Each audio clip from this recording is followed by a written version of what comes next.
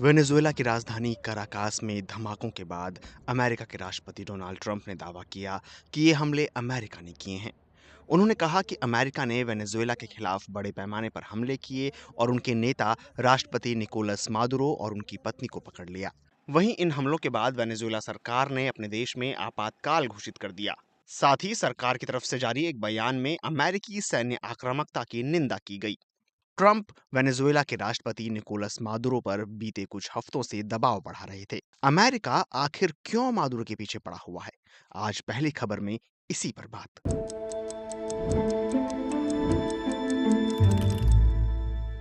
10 दिसंबर को अमेरिका ने वेनेजुएला के तट के पास एक टैंकर को जब्त कर लिया था। साथ ही आरोप लगाया कि इसमें प्रतिबंधित तेल ले जाया जा रहा था। अमेरिकी युद्धपोत इस दक्षिण अमेरिकी देश के बिल्कुल नजदीक तैनात है। अमेरिका ने कैरिबियन द्वीप में 15,000 सैनिकों के साथ ही कई तरह के युद्धपोत तैनात किए हैं, जिनमें aircraft carrier, guided missile destroyer और एम्फीबियस असॉल्ट शिप शामिल हैं। तैनात जहाजों में दुनिया का सबसे बड़ा aircraft carrier USS Gerald Ford भी शामिल है। इस क्षेत्र में इस तैनाती की वजह है अमेरिका में फैंटानिल और कोकीन की तस्करी को रोकना। यहाँ तैनात नौकाओं पर मौजूद कई लोग अमेरिकी हमलों में मारे गए हैं। अमेरिका ने उन पर आरोप लगाया था कि वे कथित रूप से ड्रग्स ले जा रहे थे। निकोलस मादुरो कौन है? निकोलस मादुरो का पूर्व वामपंथी राष्ट्रपति ह्यूगो शावेज और उनकी United socialist party of Venezuela के नेतृत्व में उदय हुआ। मादुरो पहले बस ड्राइवर और यूनियन के नेता थे। उन्होंने चावेज की जगह ली और 2013 से राष्ट्रपति हैं। चावेज और मादुरो पिछले 26 साल से सत्ता में रहे हैं। उनकी पार्टी ने नेशनल असेंबली, न्यायपालिका के बड़े हिस्से और चुनावी परिषद समेत कई प्रमुख संस्थानों पर नियंत्रण हासिल कर लिया है। 2024 में मादुरो को राष्ट्रपति चुनाव में विजेता घोषित किया गया था, जबकि विपक्ष की ओर से हासिल वोट ये दिखा रहे थे कि विपक्षी उम्मीदवार एडमुंडो गोंजालेज भारी बहुमत से जीत चुके हैं। गोंजालेज ने मुख्य विपक्षी नेता मारिया कोरिना मचाडो की जगह ली थी, जिन्हें चुनाव लड़ने से रोक दिया गया था। मचाडो को तानाशाही से लोकतंत्र की ओर न्यायपूर्ण और शांतिपूर्ण बदलाव के संघर्ष के लिए बीते साल अक्टूबर में नोबेल शांति पुरस्कार से सम्मानित किया गया था। कई महीनों तक छिपे रहने के बाद यात्रा प्रतिबंध की परवाह ना करते हुए मचाडो दिसंबर में नोबेल पुरस्कार लेने ओस्लो पहुंची थी। ट्रंप का फोकस वेनेजुएला पर क्यों है? ट्रंप का कहना है कि अमेरिका में वेनेजुएला के लाखों लोग घुसे चले आ रहे हैं। वो अवैध अप्रवासियों के लिए मादुरो को जिम्मेदार मानते हैं।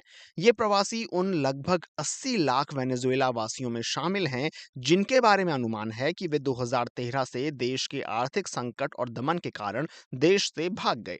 हालांकि ट्रंप ने कोई सबूत नहीं दिया, लेकिन उन्होंने मादुरो पर आरोप लगाया है कि उन्होंने अपनी जेलों और पागलखानों को खाली कर दिया और कैदियों को जबरन अमेरिका भेज दिया। ट्रंप ने अमेरिका में ड्रग्स, खासकर फैंटानिल और कोकीन की बढ़ती सप्लाई को रोकने पर भी ध्यान केंद्रित किया है। उन्होंने वेनेजुएला के दो गैंग, ट्रेन दे अरागुआ और कार्टेल दे लोस सोलेस को विदेशी आतंकवादी संगठनों की लिस्ट में डाल दिया। दूसरी तरफ मादुरो ने ट्रंप के उस बयान की कड़ी निंदा की जिसमें उन्होंने कहा था कि मादुरो ही कार्टेल के नेता हैं। उन्होंने अमेरिका पर आरोप लगाया कि वह ड्रग्स के खिलाफ युद्ध को बहाना बनाकर उन्हें हटाना चाहते हैं और वेनेजुएला के विशाल तेल भंडार पर कब्जा करना चाहते हैं। तेल मादुरो सरकार के लिए विदेशी राजस्व का मुख्य स्रोत रहा है और इस सेक्टर से होने वाला मुनाफा सरकार के बजट का आधे से ज्यादा है। वर्तमान में ये रोजाना करीब 9 लाख बैरल तेल निर्यात करता है।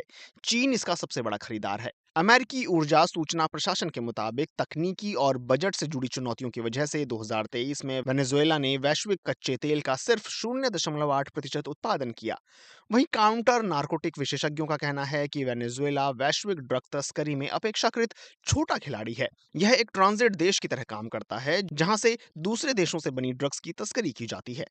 अमेरिकी ड्रग इन्फोर्समेंट एडमिनिस्ट्रेशन की 2020 की एक रिपोर्ट के मुताबिक अनुमान है कि अमेरिका पहुंचने वाली लगभग 3/4 कोकीन की तस्करी पैसिफिक के रास्ते की जाती है, जबकि कैरिबियन में तेज नावों के जरिए बहुत छोटा हिस्सा आता है।